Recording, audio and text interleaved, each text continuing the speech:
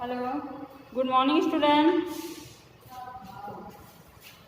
आज से हम आपकी हाई स्कूल की बायो की क्लास शुरू कर रहे हैं, ठीक है।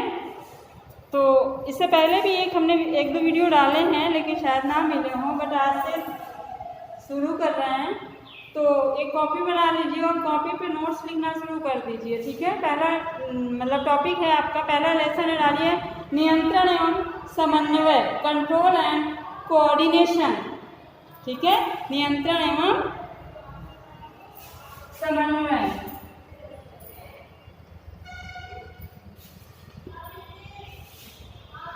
Control and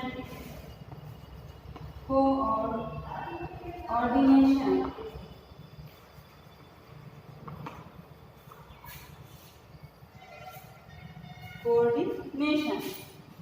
clear. तो देखिए बेटा, सभी जो जीव होते हैं अपने चारों तरफ परिवर्तन के प्रति प्रतिक्रिया दिखाते हैं कि नहीं दिखाते हैं। जैसे अगर ठंड है तो आपको ठंड महसूस होगी, आप गर्मी के लिए व्यवस्था करेंगे। अगर गर्मी है तो आप ठंड की व्यवस्था करेंगे, ठंडी की व्यवस्था करेंगे। कहने का मतलब है जो प्रत्येक जीव हैं, जीवधारी जो हैं, वो मतलब अपने वातावरण के प्रति जो प्रतिक्रियाएं होती हैं, उनके प्रति अपनी प्रतिक्रिया जरूर दिखाते हैं। और ये प्रतिक्रिया जो है अनुक्रिया, और अनुक्रिया का मतलब रिस्पॉन्स, और प्रतिक्रिया, अनुक्रिया और प्रतिक्रिया देते हैं या निर्भर करती है। इसे हम उद्दीपन कहते हैं। इसे क्या कहते हैं? उद्दीपन कहते हैं।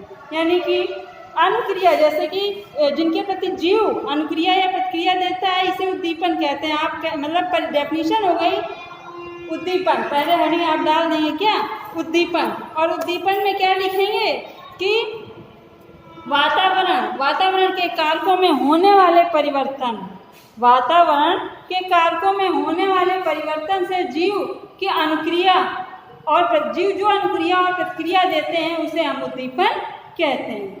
क्लियर। ये डेफिनेशन है उद्दीपन की। इसके बाद आगे हेडिंग डाल दीजिए समन्वय। क्या डालेंगे? समन्वय, कोऑर्डिनेशन जिसे कहते हैं। तो लिखिए, डेफिनेशन लिख लीजिए पहले। किसी जीव में विभिन्न अंगों का एक व्यवस्थित ढंग से, किसी जीव में विभिन्न अंगों का व्यवस्थित ढंग से मिलकर किसी बाह्य उद्दीपन के प्रति उचित अनुक्रिया दर्शाने की प्रक्रिया को कोऑर्डिनेशन या समन्वय कहते हैं, ठीक है। अब इसके बाद हेडिंग डाल दीजिए आप जंतुओं में नियंत्रण एवं समन्वय। जंतुओं में नियंत्रण एवं समन्वय। तो देखो बेटा, सबसे पहली बात तो है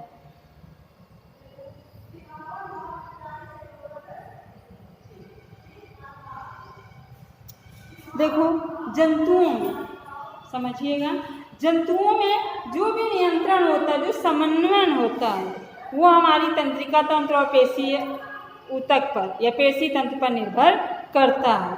जैसे हम कहीं बैठे हैं, किसी ने हमको सुई चुभा दी, तो आप नहीं सोचेंगे, फिर भी आपके झटके से हाथ उठ जाएगा ना। 9th में आपने इसके बारे में, हमने आपको तंत्रिका तंत्र के बारे में पढ़ाया भी था। तो कहने का मतलब है कि जो समन्वय, मतलब समन्वय का अर्थ ही होता है क्या, कि जंतुओं के नियंत्रण, मतलब जंतुओं के नियंत्रण एवं समन्वय तंत्रिका तंत्र एवं पेशी ऊतकों द्वारा होता है। ये वायु उद्दीपन के प्रति अनुक्रिया देते हैं। वायु उद्दीपन का मतलब समझ में आया, उद्दीपन के प्रति अनुक्रिया देते हैं, ठीक है। और इस पूरे सिस्टम को हम तंत्रिका तंत्र कहते हैं। क्या कहते हैं? तंत्रिका तंत्र। तो ये हरी डालने के बाद नीचे हरी डालिए आप तंत्रिका तंत्र। क्या डालेंगे? तंत्रिका तंत्र। तो डेफिनेशन लिखिए, वह तंत्र जो शरीर के विभिन्न अंगों में, वह तंत्र जो शरीर के विभिन्न भागों में होने वाले वायु एवं अंतः उद्दीपनों के प्रति अनुक्रियाओं को तंत्रिका आवेगों द्वारा नियंत्रित या समन्वित करते हैं, तंत्रिका तंत्र कहलाते हैं। क्लियर। ये है डेफिनेशन तंत्रिका तंत्र की। तो देखिए बेटा, समान कोशिकाएं या समान रचना जो है, शरीर की जो कोशिका, शरीर की जो बनावट है वो ऊतकों से है, ये तो पता ही है आपको। हमने 9th में भी आपको ऊतक के बारे में बताया था कि शरीर का निर्माण ऊतकों से किस प्रकार से हुआ है। ठीक है, तो इसमें ऊतक में हमने आपको तंत्रिका तंत्र की भूमिका बताई थी। तंत्रिका तंत्र कैसे अपना वर्क करती है बॉडी पे, ठीक है, पेशी ऊतक कैसे वर्क करता है।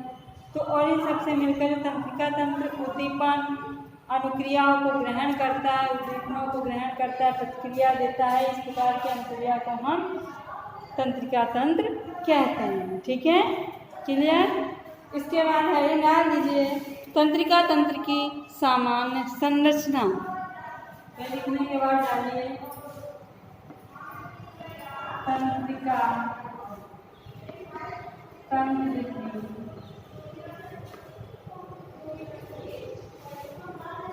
सामान्य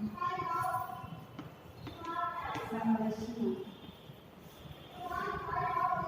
ठीक है, तो तंत्रिका तंत्र की सामान्य संरचना बेटा हमने आपको 9th में पढ़ाया था, अगर आपको याद हो तो, कि तंत्रिका तंत्र क्या होता है बताया था, हैं? पेड़ की तरीके से एक संरचना बताई थी, जिसमें क्या बताया था, साइटोन, एक्सोन, डेंड्रॉन, 3 चीज़ों से मिलकर के रचना बनी थी। याद आया? तो वही आंसर है, बस थोड़ा एक्सप्लेनेशन, वही क्वेश्चन, इसीलिए हमने यही टॉपिक लिया है आपका, कि आपने 9th में पिछला पढ़ा हो, पिछली क्लास में आपने पढ़ा हो। ठीक है, तो डालिए तंत्रिका तंत्र की सामान्य रचना। पहले लिखिए डेफिनेशन। पहले, मनुष्य तथा स्तनधारी, मनुष्य तथा स्तनधारी सभी कशेरुकी में तंत्रिका तंत्र विशेष प्रकार के ऊतक तंत्रिका ऊतक द्वारा निर्मित होता है। तंत्रिका तंत्र विशेष प्रकार के ऊतक तंत्रिका ऊतक द्वारा निर्मित होता है। ठीक है, इस ऊतक में अत्यंत विशिष्ट कोशिकाएं होती हैं। इस ऊतक में अत्यंत विशिष्ट कोशिकाएं होती हैं, जिसे हम तंत्रिका कोशिका कहते हैं। क्या कहते हैं? जिन्हें हम तंत्रिका कोशिका कहते हैं। ठीक है, अब संरचना डालते हैं। जैसे हम मनुष्य की बात करते हैं, तो मनुष्य में तंत्रिका की जो संरचना है वो एक सामान्य मस्तिष्क पर निर्भर करती है। पहले थोड़ा लिख लीजिए, इसके बाद हम आपको फिगर बना के समझाते हैं। लिखिए, तंत्रिकाओं के कार्यों को समन्वित करने के लिए एक केंद्रीय भाग होता है, जिसे मस्तिष्क कहते हैं। तंत्रिकाओं के कार्य को समन्वित करने के लिए एक केंद्रीय भाग होता है, जिसे हम मस्तिष्क कहते हैं। बेटा ऐसे ही लिखते जाना है, आपको पॉज कर करके लाइन ड्रॉ करके एरो लगा लगा लिखना है। जिसे हम मस्तिष्क कहते हैं, ये जो एक नियंत्रक अंग की तरह कार्य करता है, जो एक नियंत्रक अंग की तरह कार्य करता है।